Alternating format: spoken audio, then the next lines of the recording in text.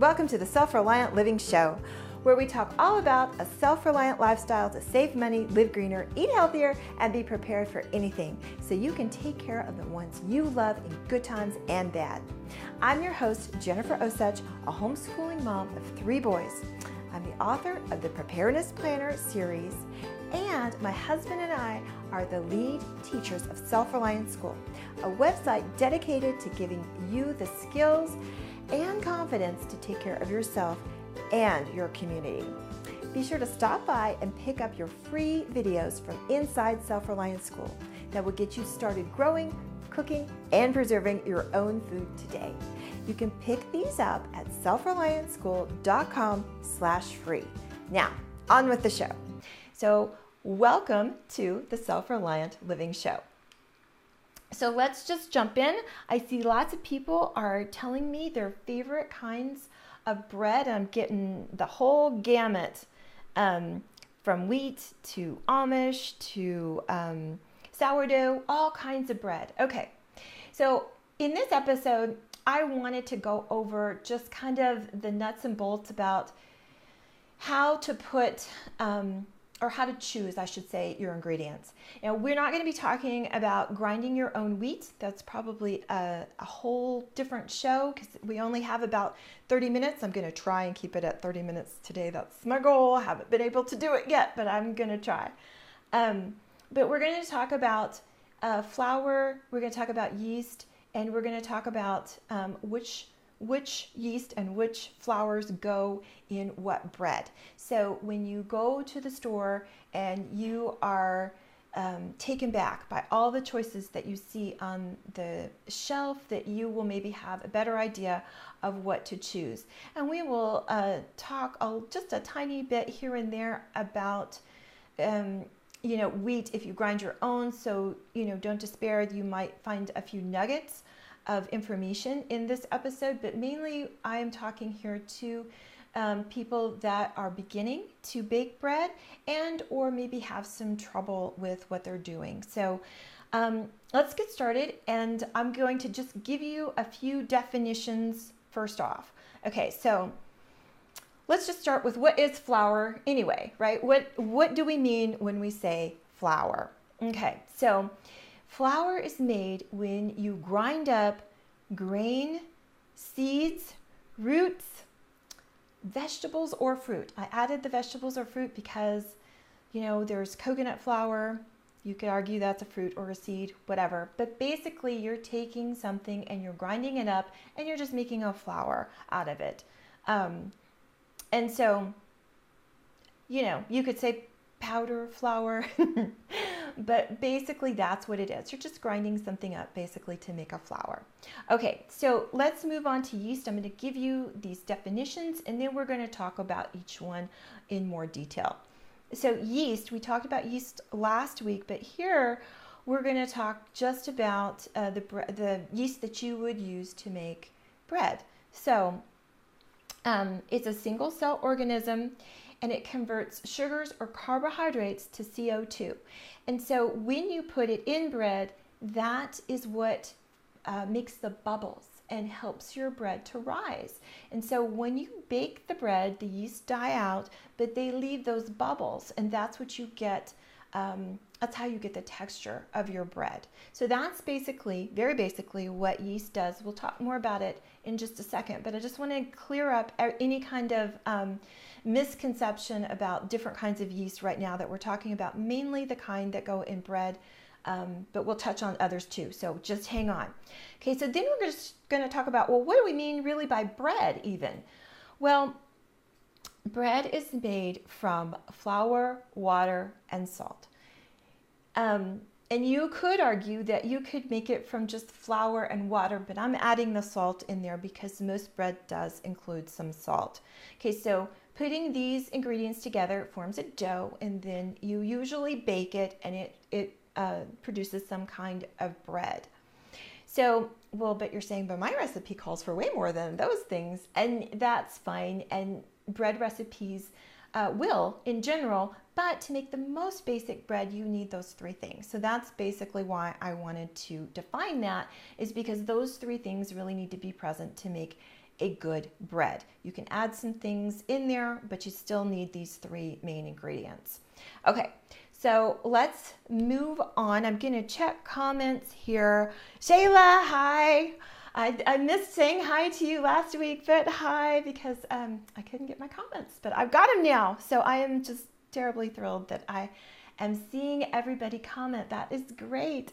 Okay, so we're going to talk about flours, but we're going to back up just a minute and talk about wheat, because that is the most popular kind of flour, and I want to talk about some properties of wheat before we move on, and we'll touch on some other kinds of flour here in a minute. But again, wheat flour is the most popular, and I think that if you're beginning to make bread, that's probably what you're going to start out with. And again, when you go to the store and you see all these different kinds of wheat flour and you don't know what to do or what to pick, so that's where we're going to start talking about some basic things just about wheat. And then, like I said, we'll move on to a few other things. Okay, so let's talk just for a second about wheat berries. And the thing that I want you to understand about wheat berries is that they have 3 different parts. They have the outside part, which is the brand. They have the middle part, which is the endosperm. And then they have the middle part, which is the germ. Okay, so that's what makes up a wheat berry. And let me just say, a wheat berry, for you guys who don't know, is just basically, wheat is a form of grass, and a wheat berry is the seed from that grass. And that happens to be what we take and harvest, and then we turn it into flour, and then we make bread. But it's important to understand how this flour is made, so you can understand what's in the flour when you buy it or when you grind it. So basically, there are those 3 parts: the bran, the endosperm, and the germ. Okay, so if you're making whole wheat flour, if you're grinding it yourself, that is, you wouldn't make it, you would grow it. So you're grinding up that entire seed from that plant. Okay, so basically what has happened over time is that people noticed, well, the brand is really hard, so they took that part out. And so then you're just left with the endosperm and the germ. Well, the germ is what has oil in it. And so, well, they took that out too to make flour, because they wanted something that was shelf stable. So they took out the germ to take out the oil so your flour won't go rancid. And then all that was left was the endosperm. And so that's how white flour is produced. They take the endosperm from the wheat berry and then make flour, or white flour, that is. Now, whole wheat flour includes all 3 parts, because it's the entire wheat berry that is in whole wheat flour. And so you have to understand, like I said, that the wheat is a seed, and the seed's job is not to make flour for us, right? It is to reproduce more wheat. So that's why it's set up like this. That's why God designed it like this, right? So that it's a regular seed to be planted and produce more wheat. But those are the 3 components of the wheat berry. So with that in mind, let's go through some of these different flours. And we're just going to go, just because there's quite a few of them, and so we're just going to take them one at a time. But the first thing I want to do is ask you, what flour do you use the most? Just go ahead and leave the answer in the comments. And if you use all of them, just say all of them. And then I'm going to be monitoring the comments, because I'm actually getting the comments, and I'm thrilled that I'm actually getting them this week. Okay. So the first flour I want to talk about is probably the most popular, and one you probably heard of before, and that is all-purpose flour. So all-purpose flour was developed, as the name suggests, right, to do everything. But unfortunately, because it was developed to do everything, it doesn't do anything really, really well. The other thing I want to say here is that flours are basically named or differentiated by their protein content. So here I want to say that all-purpose flour has a protein content of 11%. So we could put that in perspective when we talk about these other flours in just a second. And you don't have to memorize that or anything, but just understand that all-purpose flour is something that will work in a pinch, definitely, but it wasn't designed for any specific purpose, so therefore it doesn't do anything really, really well. Okay, so now bread flour. Bread flour, and here I'm talking about white flour, going down the line until we get to whole wheat flour. And remember, that's the flour that's made with the endosperm of the wheat berry. Okay, so bread flour was developed for making bread. So it's going to have a higher protein content, which means that it'll have more gluten in it. And it has a protein content of 12%. So you can see that, we're going up here. But if we go to cake flour, which is next, cake flour is a finer flour, and it only has a protein content of 8 to 9%. So it's not going to have as much gluten in it, and it's going to be for, as the name suggests, pastries, because they don't have to rise like bread does, so it doesn't need that really strong structure, gluten structure. So it's going to have a lower protein content. So, or a number, I should say, percentage, and a lower gluten percentage. So when you're making pastries, it's a really good idea to use cake flour because you're going to get a better texture and a better result if you use cake flour.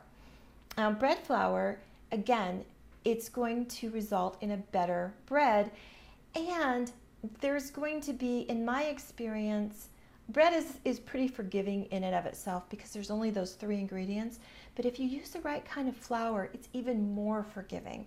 So just keep that in mind too. All-purpose flour, then you're getting a little bit less forgiving if your proofing time is off, or whatever is off, your ingredients are off or whatever. But as you use the correct kind of flour, the recipe tends to be a little bit more forgiving. Okay, so let's talk about instant flour. There is such a thing as instant flour, but this is usually for gravies and thickeners, and it has other things added. So you would not use it in baking. And some grocery stores have it and some don't. Basically, that's the difference. I myself probably wouldn't even pay it too much attention because to me it doesn't have a ton of value. But just so that when you're looking at flour that you understand what that is, and so you know that it's not really for baking. Okay, so whole wheat flour, we touched on this. This is when you take the entire wheat berry and grind it up, and then you produce a flour, whole wheat flour. Now I want to say here a couple of things. That because it's whole wheat flour, and remember it still has that germ in it, which has the oil, your whole wheat flour needs to be kept in the freezer or the refrigerator. I keep mine in my freezer once I grind it. Now your wheat berry doesn't need to be kept in the freezer because it's not ground yet, and it's still in that protectiveness of the seed. It still has the brand around it and the endosperm, and it's just a seed at that point, and it's very stable at room temperature. But whole wheat flour is not. And if you have ever gone to buy whole wheat flour and you've got home and you've used it in a recipe or something and it just tastes a little bit off, and I mean that in a sense of just not really good. I mean, whole wheat flour has a different taste for sure anyway, but even if you smell it, it just kind of smells a little bit off, and that's probably because that oil has started to go rancid. So whole wheat flour is tricky to buy off the shelf. You need to buy it from a really reputable place, and also be sure that they move it, that they are selling a lot of it so that it doesn't sit on the shelf and go rancid. But that's something that you need to watch out for if you are buying whole wheat flour. I think that's one of the reasons that a lot of people choose to grind their own. And so let me talk a couple more things about whole wheat flour, and that is that it does have a different taste than the white flour. So if you are trying to eat healthier and bake healthier things, then you might notice a different taste, and it may be, I don't know, a significant for somebody who's used to just white flour. So in that case, you could start mixing a little bit of both. I've done that before, and that helps. So whole wheat flour is a little bit trickier to bake with because it's going to hold in some more moisture than some of the other flours. So I just want you to know that going in. That's why I always recommend starting with white flour, even though it's not the healthiest.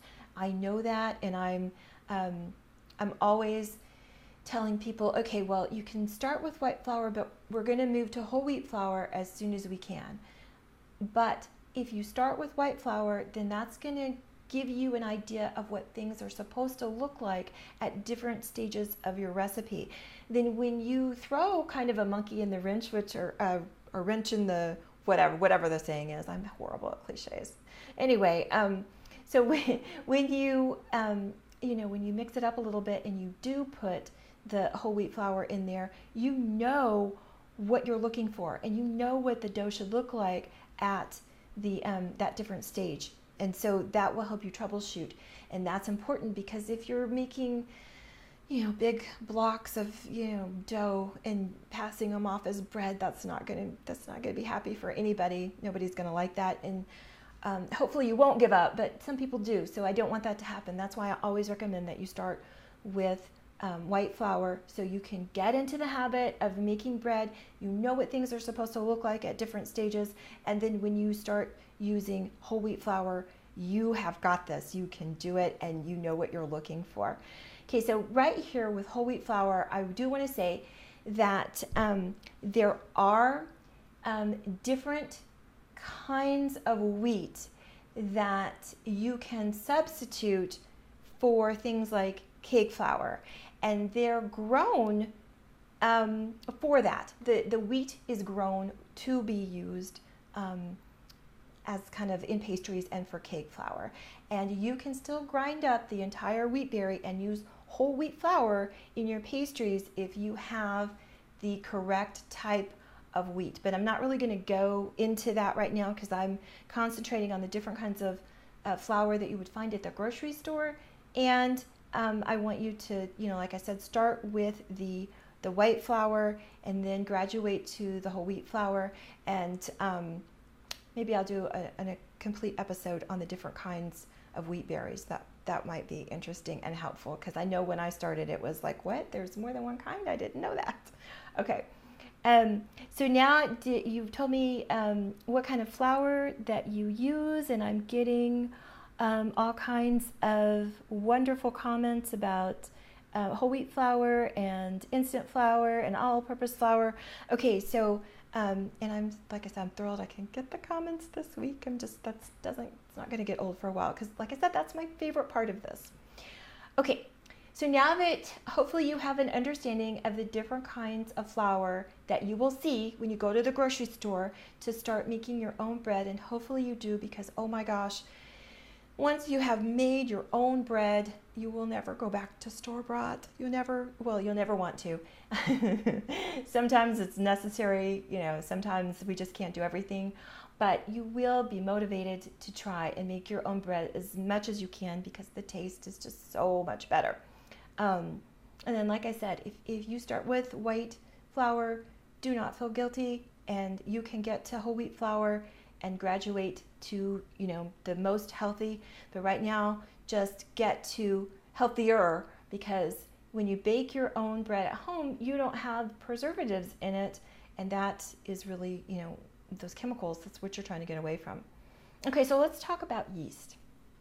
And I want to ask you, if you put it in the comments, what yeast do you use the most? Because there are different kinds of yeast, and I am just curious if you would just put in there fresh yeast, natural yeast, active yeast, instant yeast. What kind of yeast do you use? And so if you would put that in there and I get an idea of what you are used to using, that would be great. Meanwhile, I am going to just start going over the different kinds of yeast. Okay, so the first one I want to mention is fresh yeast. Now, this is not to be confused with sourdough. This is actually commercial yeast that has not been dried. So another term for this is cake yeast. You'll sometimes hear it called cake yeast or refrigerated yeast. Now, in my area, they are getting out, the grocery stores are getting out of the habit of carrying this. I think it's a regional thing. They carry it sometimes around here during the holidays because a lot of people bake and whatnot. But basically, you find this in the refrigerated section, and it is commercial yeast, like I said, that has not been dried. And if you talk to bakers, people who actually, run bakeries or, do that for a living somehow in a restaurant, they will tell you that that's some of the best yeast to bake with. And undoubtedly, that's true if you're talking about commercial yeast. If you're talking about sourdough, that's a different thing, and we'll get to that in a second. But so if you can find fresh yeast, it does go bad. You have to keep it in the refrigerator. It doesn't last as long as dried yeast. But if you can find that, then that might be something that you might want to experiment with. But that's what that is called, is fresh yeast, or another term is cake yeast. The next one is active dry yeast.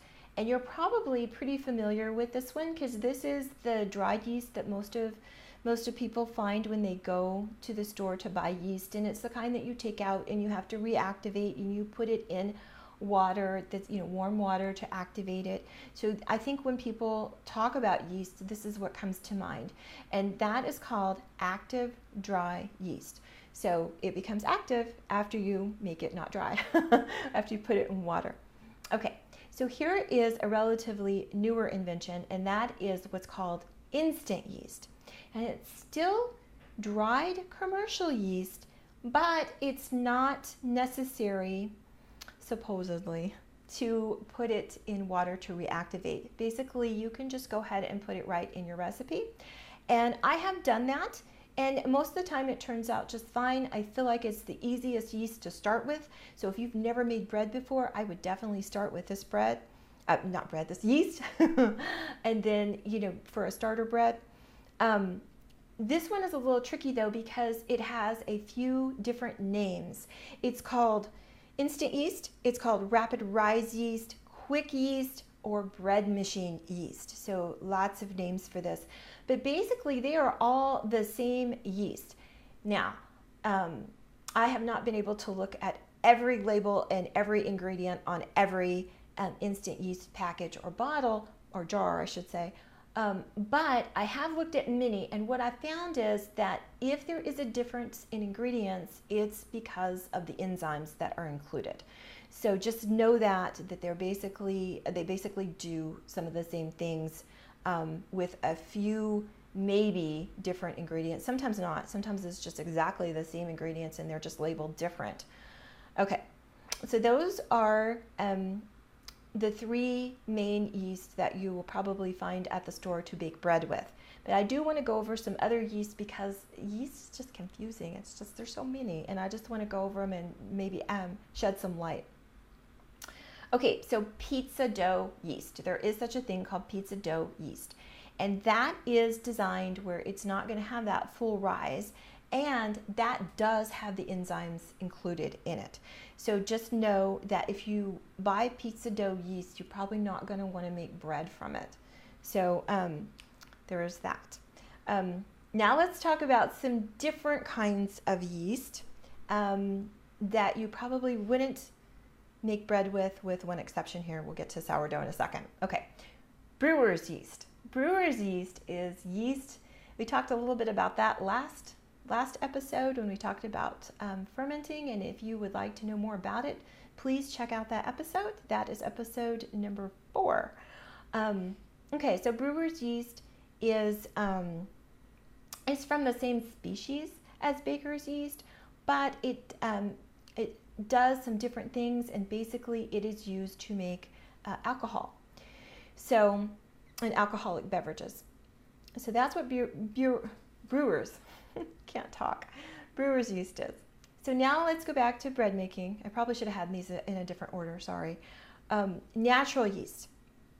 Okay, that is another name for sourdough. And we again talked a little bit about that last week when we talked about fermenting. And basically what you do is you take your sourdough starter and then that is what you put in your bread recipe to get it to rise. So that is a different thing than any of the yeast that you're going to find at the store to make bread. So, and that's a little bit of that's an added complication there if you're making whole wheat sourdough bread. It's a wonderful thing and it can be done, but if you're just starting out, like I said, start out with the easiest thing, which is commercial yeast and white flour. Those are not the healthiest, so I understand that, and I don't advocate staying with those, but I do advocate starting with those. Okay, so let me just 2 more different kinds of yeast here really quick. Nutritional yeast. You hear that a lot online now, your nutritional yeast. What the heck is nutritional yeast, right? Well, it's actually inactive yeast that has a lot of vitamins in it. And it has a kind of a nutty, cheesy flavor. And a lot of vegans will put it in their recipes to simulate kind of a cheesy taste. It does have a lot of nutrition in it, and you can certainly add it to different recipes, but it's not anything that you would bake bread with, and it's not even alive at that point. Okay, and then one more, which is distillers and wine yeast, and this is similar to the brewer's yeast. It's just a different kind, but all of these different yeast have different labels. So if you don't, if you see a wine yeast and you're like, well, wait a minute, I know what a brewer's yeast is, but not a wine yeast. Well, the thing is that it's used to make wine, and it does that through the same fermentation process that we talked about with the brewer's yeast and that we talked about in the last episode, which is all on fermentation. So I just wanted to clear that up and go over all of those different kinds of yeast because there's a lot of them, and you may run into different ones. I know that sometimes when I go to the grocery store, the people who stock the shelves don't know exactly what the different items are used for, so they might wind up in a different place than you might think. So there's that. So it's really important to be educated yourself. Okay, so a champagne yeast. Yes, Valerie, that's great. That would be under distillers and wine yeast. Okay, so we're going to talk just a second about bread. We're not going to linger too much on bread because there's so many different kinds. But tell me in the comments what your favorite type of bread is. I know some people already did when they were coming in, but if you haven't done that, please let me know. I would love to know what your favorite kind of bread is. I'm just going to go over a few here for people who are new to making bread. There's a lot. There's a ton. I mean, I could go on forever, but I'm just going to put them in 4 different categories just so that you can get an idea of where to start and how to start compartmentalizing in your mind. Okay, so the first one I want to mention is a simple bread or a lean bread. And we really talked about that already because we just had those 3 ingredients, the water, flour, and salt. And specifically a simple bread or a lean bread does not have any fat in it. So that would be things like French bread and the different shapes that you can put French bread in. They each have their own name, but you don't have to worry about that right now. Just realize that there is a simple bread that you can make, and it only has those 3 ingredients. It might have a few extra things, but generally it's thought of not to have any fat in it. And that bread will actually last a little while if you make it from scratch. It's not going to last as long as the things that you get from the store, but it'll last a little while, especially if you store it properly.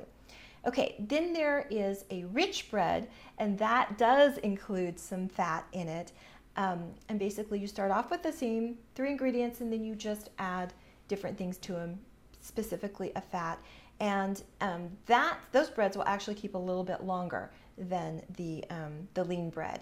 And again, as far as keeping your bread that you bake fresh, It just depends on your environment, the way you store it, and all of those factors. It doesn't have any preservatives in it at that point, so you really have to be mindful of that. And if you make a big batch, the best thing to do, in my opinion, is freeze some of it and then keep some of it out, and then just take it out as you need it, because that way there's no waste and you're not worried about it going bad. Then the third bread actually I wanted to mention is what they're calling artisan bread nowadays. But that's really a craft bread or a sourdough bread. And so you'll hear a lot of things about how to make sourdough bread. There's a lot of different theories. There's some shortcuts. But that's what's meant by artisan bread when you make sourdough bread. Okay, so I'm getting comments about your favorite kind of bread. Colleen says hers is whole wheat artisan bread. Yes, mine is too. Then the fourth category, I just put everything else in there because there's a lot of other types of breads. There's sweet breads and soft breads and all of that. But if you're just starting out making bread, just have those 4 categories in your mind so that you can start off and it won't be overwhelmed in your head. You know that there is a category for everything else. I just kind of threw that in there so that you can keep it straight in your mind when you're searching for a recipe that you want to try and for your ingredients. So, and it's not to say that I mean to start off with a simple bread and not do something like cinnamon rolls or any of that. But if you're starting off and you want to understand the science behind bread making, then I would suggest starting off with a loaf of bread rather than the soft or the sweet breads. Not to say you can't, go ahead and make those, just saying that if you want to go slow and really understand the different stages of bread making, I would recommend starting out with a really simple loaf. And that way you can put it in your mind what different stages look like, and you can troubleshoot. Because basically that is the big reason for understanding all of this, is so that you can troubleshoot when things go wrong and you can make sure maybe that they don't go wrong. So that basically is the 4 categories that I would start out with. That's not the final, like I said, but I'd start out with those. Okay, so I'm going to change gears here for just a second because I want to talk to you guys about something that I think might be kind of fun. Last week we talked about fermenting and got a great response, and there was a ton of viewers and a lot of questions, and it was great.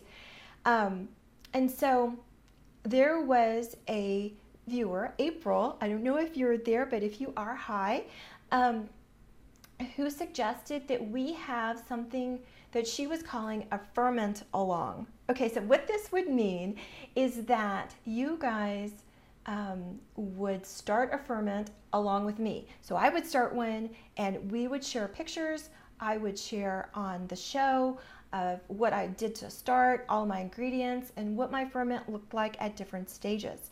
I think that is just a great idea. However, I do want to make sure that that's something that would benefit you guys.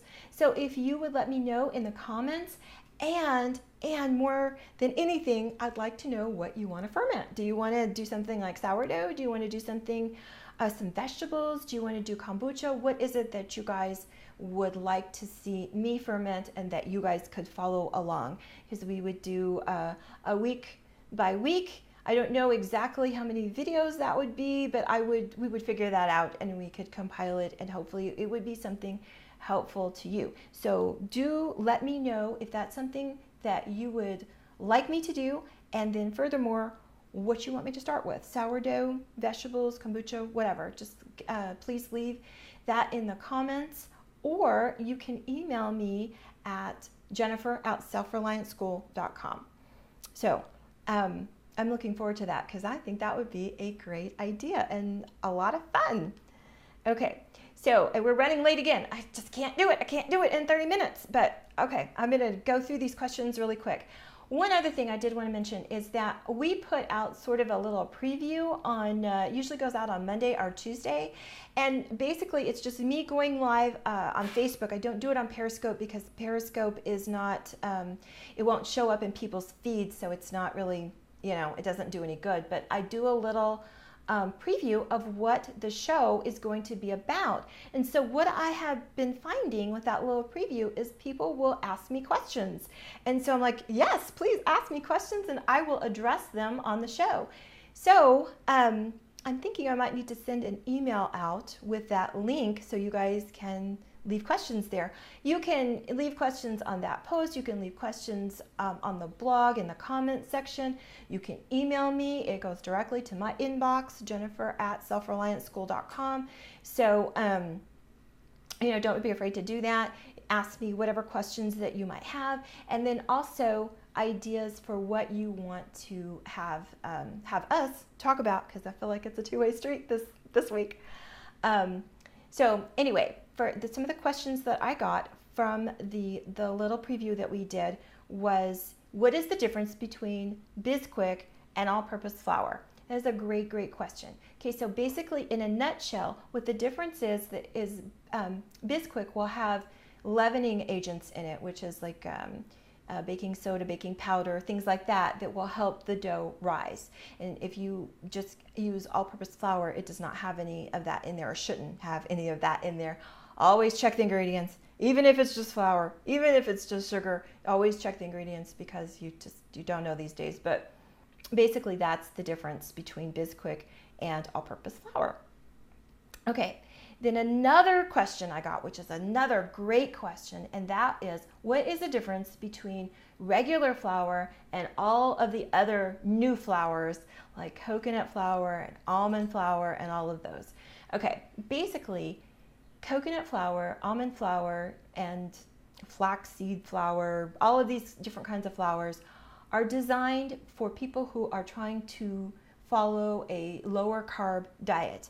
And so basically you take these flours and you can put them into a recipe, not necessarily a bread recipe that you're used to, but you can make a kind of bread out of them. And you would use other leavening agents besides yeast, depending on what is in your recipe. So that's basically the difference.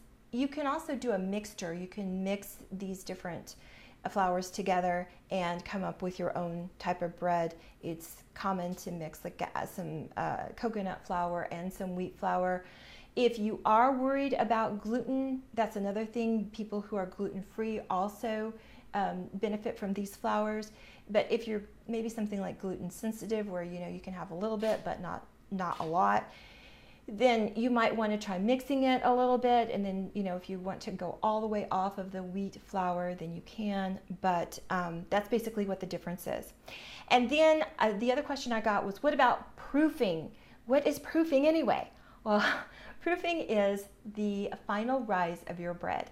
Some recipes call for your bread to rise once, twice, 3 times, whatever that is. But the proofing stage is the final stage after you shape the bread, where you have it rise. So, and I'm looking in the comments. No, Robin, the new flours, the coconut, almond, etc., they do not have gluten in them. And that's one of the reasons that they are marketed towards gluten-free, people that need gluten-free food, is that they don't have that in them. So that is a really good alternative if you are gluten sensitive or gluten intolerant. So, okay. I know there's a ton of aspects to making bread, and we just really scratched the surface. I don't even know if we made a scratch even, because there's just so many different things that you can learn, and so many different kinds of bread, so many different techniques, methods, so many different kinds of ingredients, as we learned.